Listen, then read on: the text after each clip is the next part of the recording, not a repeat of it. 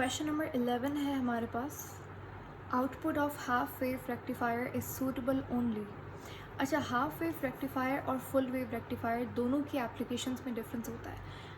Full wave rectifier आपको अपने mobile phone की चार्जर्स के अंदर, लैपटॉप की चार्जर में, एलईडी में मिलेगा। Half wave rectifier charger batteries, charging batteries में मिलता है।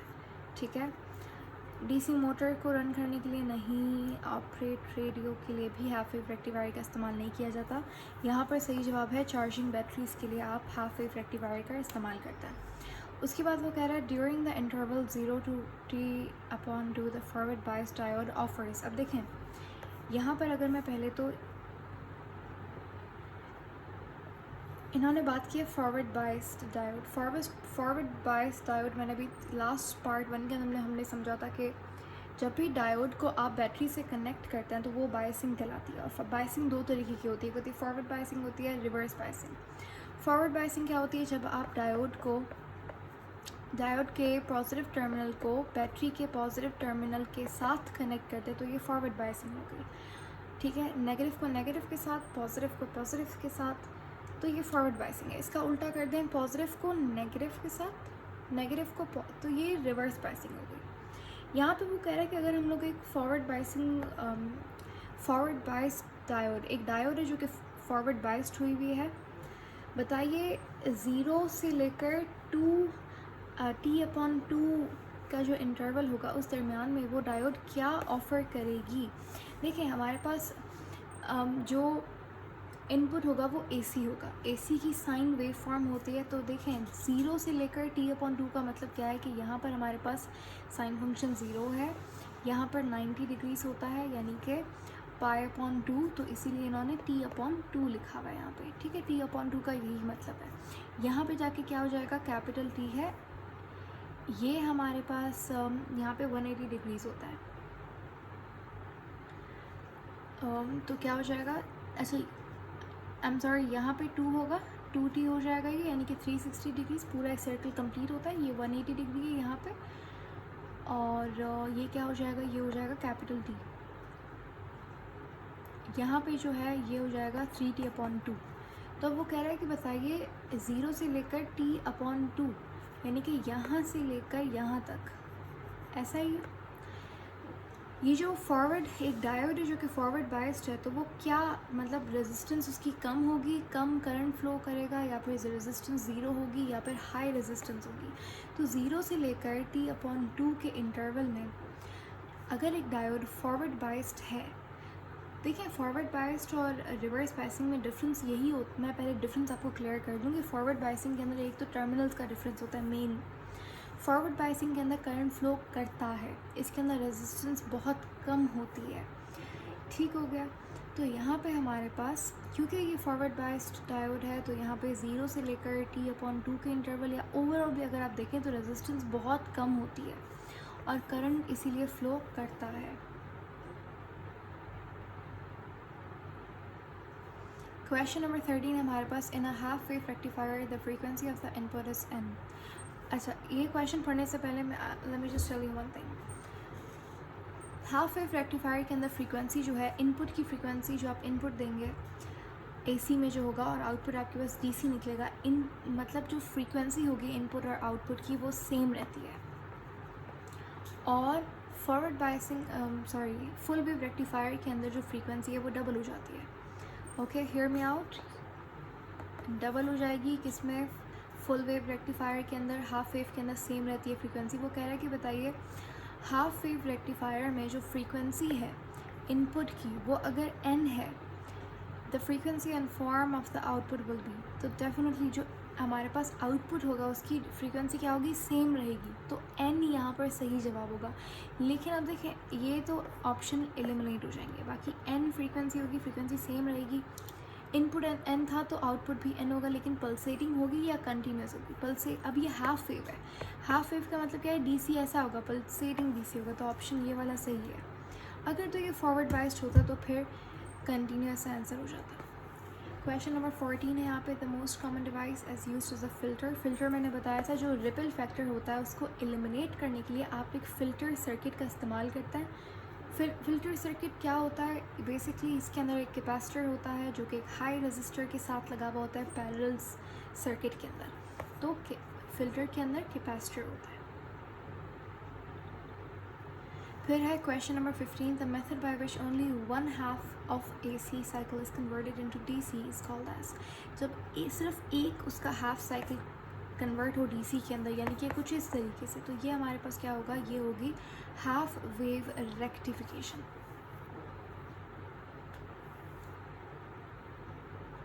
Okay, we got question number 16 here.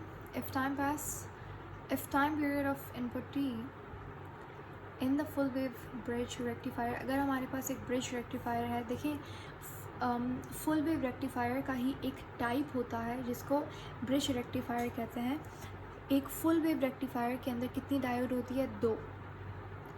और ब्रिज रेक्टिफायर जो कि फुल वेव का ही एक टाइप है, इसके अंदर 4 डायोड होती है। ठीक है। The time period of the pulsating output of the circuit will be, वो कह रहा है कि अगर हमारे पास एक ब्रिज रेक्टिफायर है, ब्रिज रेक्टिफायर की इन्होंने आगे ये देखें, ये एक ब्रिज रेक्टिफायर है। वो कह रहा है कि अगर हमारे पास एक ब्रिज रेक्टिफायर है, ठीक है, और टाइम इनपुट जो हमने दिया है, टाइम पीरियड वो कैपिटल T से डिनोट किया हुआ है, और ये फुल वेव एक रेक्टिफायर ब्रिज रेक्टिफायर लगा हुआ है। तो हमें बताइए time period of the pulsating output of the circuit will be, यानी कि जो हमारे पास पल्सेटिंग आउटपुट, देखें ये हमारे पास फुल वेव रेक्टिफिकेशन की बात हो रही है, यानी कि हमारे पास DC का जो हमारे पास आउटपुट हमें मिलेगा वो कुछ ऐसा सा मिलेगा। वो कह रहा है ये जो हमारे पास ये, लेकिन फिर भी ये इतना स्मूथ DC नहीं है, सी एट पल्सेटिंग DC। हाँ जी, तो यहाँ पे हमारे पास लेकिन ये कंटिन्यूस DC आउटपुट हमें मिलता है फुल वेव रेक्टिफायर के अंदर। तो वो पूछ रहे हैं कि जो टाइम पीरियड है इस पल्सेटिंग आउटपुट, ये जो हमें DC मिला है, इसका जो टाइम पीरियड है वो क्या होगा? कैपिटल T, 2T, T/2 या फिर T/4। तो यहाँ पर हमारे पास देखें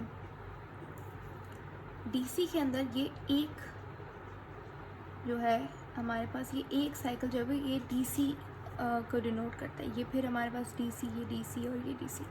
ये AC, अनलाइक AC, ये कोई कंप्लीट वेव नहीं है। ठीक है। तो जो इसका जो टाइम पीरियड होगा वो कैसा होगा? वो 0 एंड देन T/2। तो ऑप्शन बी यहाँ पर सही जवाब है। ठीक है, क्योंकि दोबारा से फिर 0 हो जाएगा। ऐसा ही है, यहाँ पे 0 फिर क्या T/2 हो गया, लेकिन दोबारा से फिर क्या हो गया? यहाँ पे आके 0 हो गया।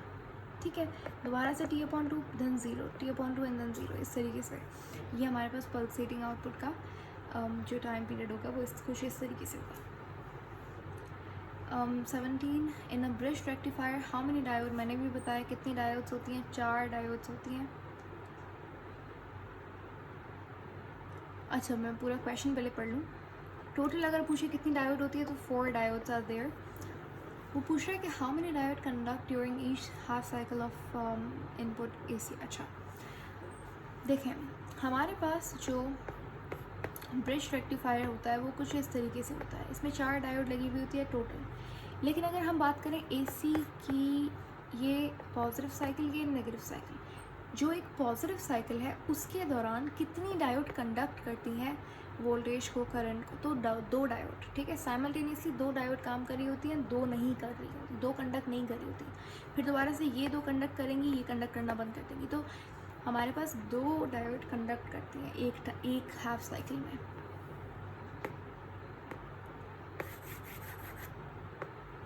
क्वेश्चन नंबर 18 है हमारे पास, if a full wave rectifier is operating from 50 Hz means the fundamental frequency and the ripple will be।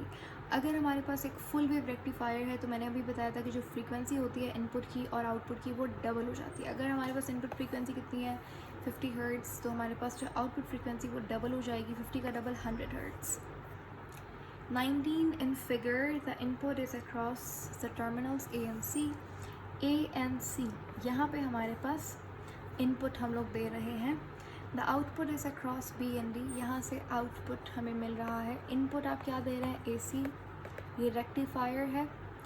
यहाँ पे हमें आउटपुट क्या मिल रहा है, DC आउटपुट मिल रहा है।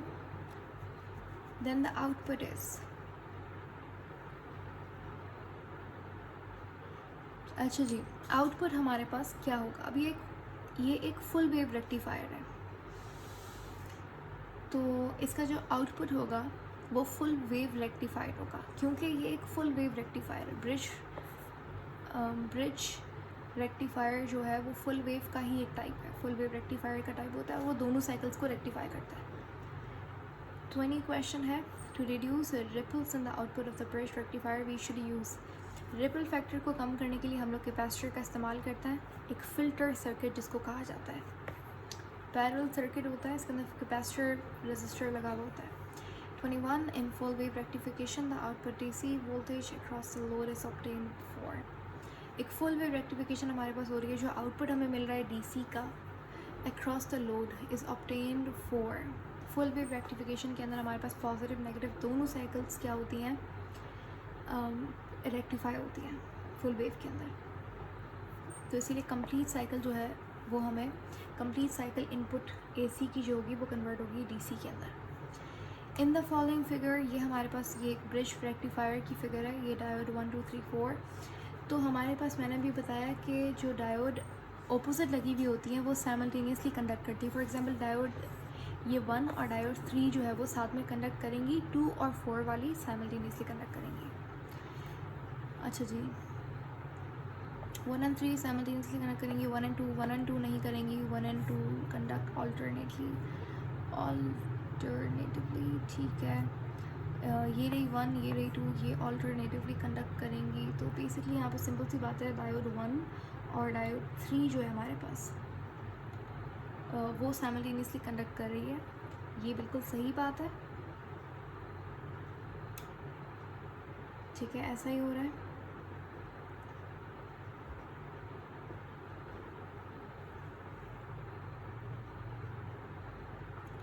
अच्छा, ऑप्शन बी बिल्कुल, ऑप्शन बी सही नहीं होगा, क्योंकि जो D1 है और जो D2 है वो ऑल्टरनेटिवली कंडक्ट नहीं करते।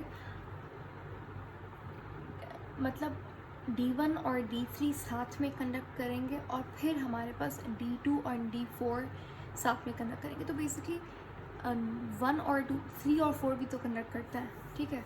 तो 1 और 3 साइमल्टेनियसली कंडक्ट करेंगे, यानी कि 1 ये रहा और 3 ये रहा, ये साइमल्टेनियसली कंडक्ट करेंगे। और जो 2 and 4 वाला है, ये 2 है और ये 4 है, ये साइमल्टेनियसली कंडक्ट करेंगे।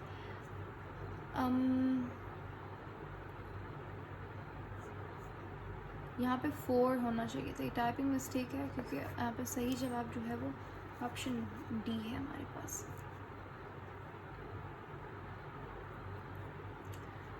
Output voltage for rectifier is not smooth. हमारे पास जो आउटपुट वोल्टेज होता है वो रेक्टिफायर का स्मूथ नहीं होता। इसको स्मूथ करने के लिए कौन से रेक्टिफायर का स्मूथ नहीं होता, दोनों का वैसे तो, लेकिन ज़्यादा किसमें रिपल फैक्टर होगा, हाफ वेव के अंदर।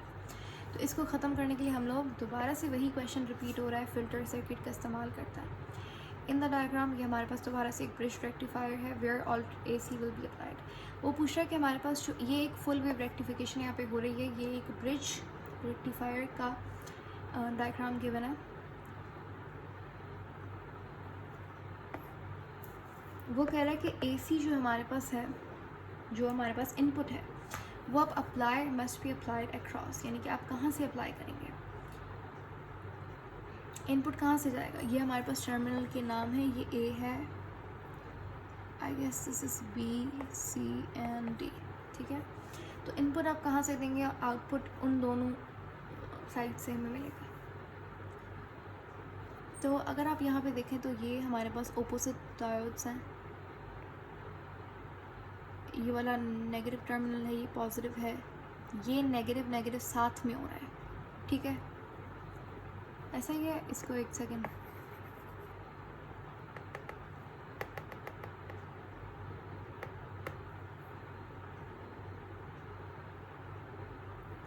देखें, ये नेगेटिव है, ये नेगेटिव है, दोनों नेगेटिव साथ में हो गए तो यहाँ पे ये इनपुट नहीं आएगा।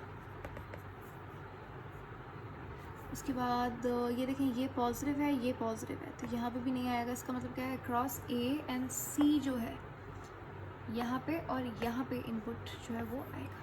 ठीक हो गया। ये डायोड का सिंबल होता है, ये पॉजिटिव साइड है, ये नेगेटिव साइड है।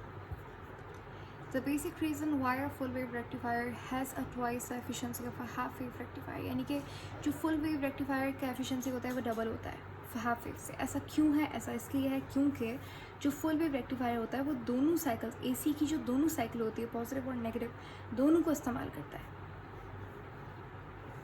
तो ऑप्शन बी यहाँ पर सही है। मेन रीज़न इसका ये है। Okay, if an AC voltage runs value of 10 volt is applied as input of half wave rectifier, अगर हमारे पास एक हाफ वेव रेक्टिफायर है, उसका जो इनपुट वोल्टेज उन्होंने दिया है वो 10 दिया है, then the RMS voltage root mean square voltage of DC output, हमारे पास अगर इनपुट वोल्टेज 10 है तो DC आउटपुट हमें क्या मिलेगा। तो एक चीज़ आपने हमेशा याद रखनी है कि जो आउटपुट जिन्होंने RMS आउटपुट वोल्टेज बोला हुआ है इसको, जो कि हमारे पास आउटपुट वोल्टेज है, जिसको हमने पहले रिमेंबर लास्ट पार्ट में हमने कहा था उसे इन्वर्स वोल्टेज, यानी कि जो वोल्टेज आपको डायोड से मिल रहा है, तो डायोड को हमेशा अपने पोटेंशियल बैरियर को ब्रेक डाउन करने के लिए कुछ ना कुछ वोल्टेज को इस्तेमाल करना पड़ता है। जैसे सिलिकॉन का क्या है 0.7, जर्मेनियम का क्या है 0.3 वोल्ट। तो जो भी हमारे पास इनपुट वोल्टेज होगा जो कि फॉर एग्जांपल 10 है, तो इसके बाद जो हमें डायोड से मिलेगा, जो आउटपुट में हमें वोल्टेज मिलेगा वो हमेशा कम होगा, जो आप इनपुट वोल्टेज दे रहे हैं उससे हमेशा कम होगा। तो ये सारी जो वैल्यूज़ हैं वो 10 से ज़्यादा है या 10 की इक्वल है, तो ऐसा नहीं होगा, कम मिलेगा आपको। 9.3 ये सही जवाब है। जबकि मुझे वैल्यू नहीं पता थी, जस्ट एक आपने कॉन्सेप्ट को यूज़ किया एंड आंसर बता दिया। 27 and half wave rectifier is used to convert 50 hertz. हमारे पास एक हाफ वेव रेक्टिफायर है जिसकी फ्रीक्वेंसी इन्होंने, यानी कि इनपुट फ्रीक्वेंसी क्या है 50 हर्ट्ज़ है। हाफ वेव के अंदर फ्रीक्वेंसी क्या होती है, सेम रहती है। वो पूछ रहा है कि हमारे पास जो DC हमें जो मिलेगा आउटपुट में उसकी फ्रीक्वेंसी क्या होगी।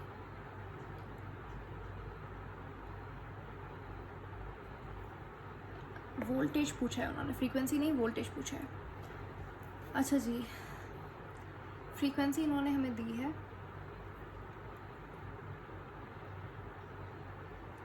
और जितनी हमारे पास फ्रीक्वेंसी है उतनी ही हमारे पास जितनी इनपुट फ्रीक्वेंसी है उतनी ही आउटपुट फ्रीक्वेंसी होगी, क्योंकि हाफ वेव रेक्टिफायर की बात हो रही है।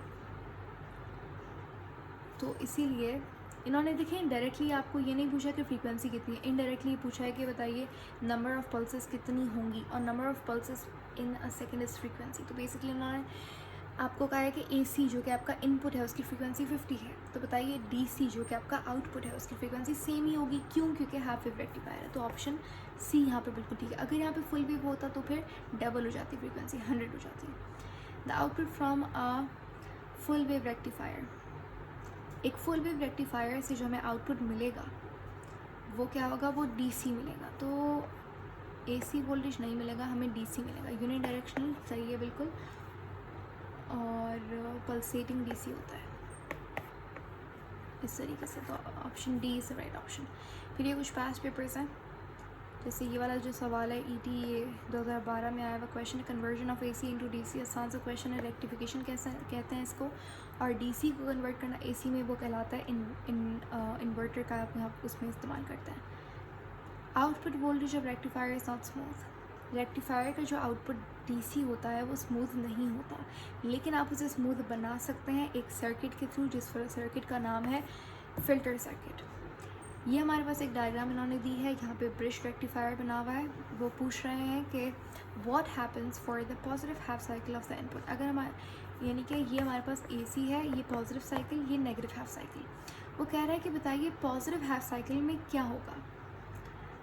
अब जाहिर सी बात है, हाफ साइकिल जो है वो दो डायोड साइमल्टेनियसली कनेक्ट करती हैं ऑपोजिट वाली, जैसे यहाँ पे D4 और D2 साइमल्टेनियसली कनेक्ट करेंगी, D1 और D3 जो है वो साइमल्टेनियसली कनेक्ट करेंगी। तो D1 D3 D1 D2 नहीं, D4 D2 कंडक्ट्स और D4 D3 conducts. D4 D3 भी नहीं होगा।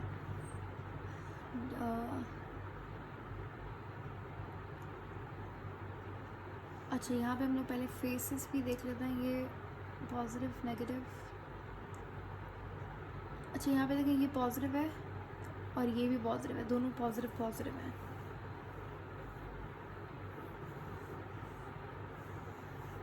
यहाँ पे ये नेगेटिव है और ये नेगेटिव है।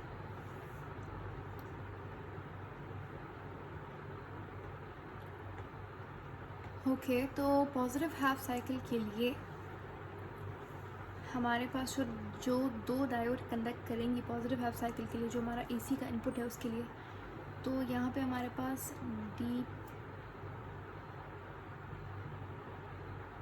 D1 और D3 भी कंडक्ट करेगा, लेकिन वो नेगेटिव में करेगा।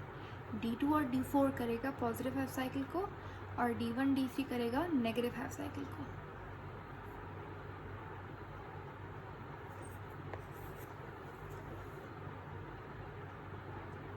सही है।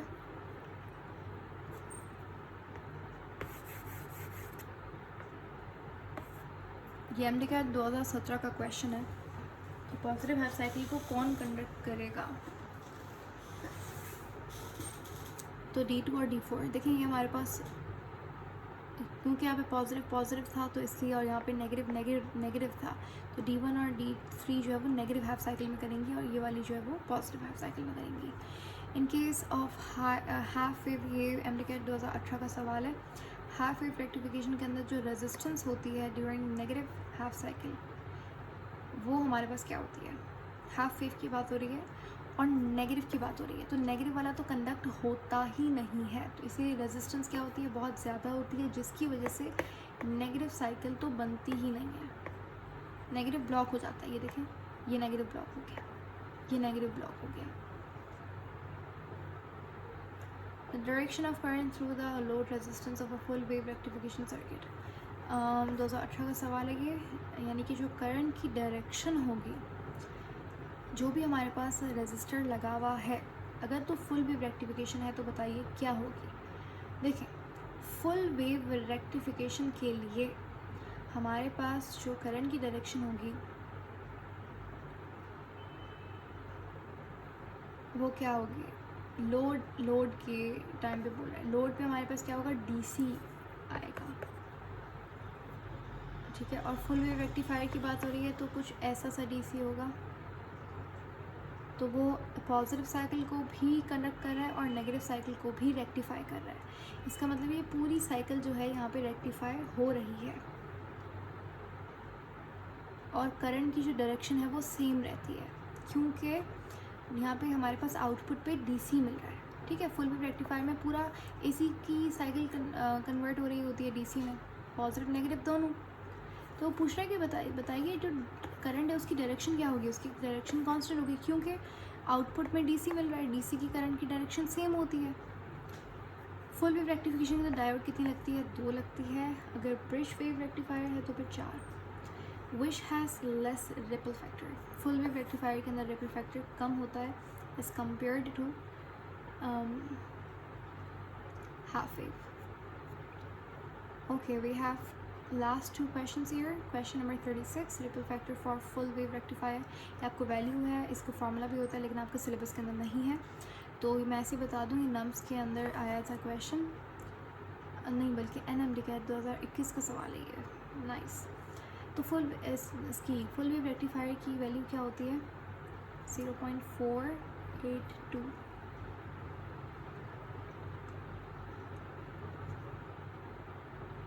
और हाफ वेव की 1.2 समथिंग होती है। कह रहा है कि अगर हमारे पास फ्रीक्वेंसी 50 हर्ट्ज़ है हाफ वेव के अंदर, तो बताइए नंबर ऑफ पल्स जो हमारे पास जनरेट होंगी वो कितनी होंगी? तो फ्रीक्वेंसी सेम रहती है, हाफ वेव के अंदर 50 ही होगी।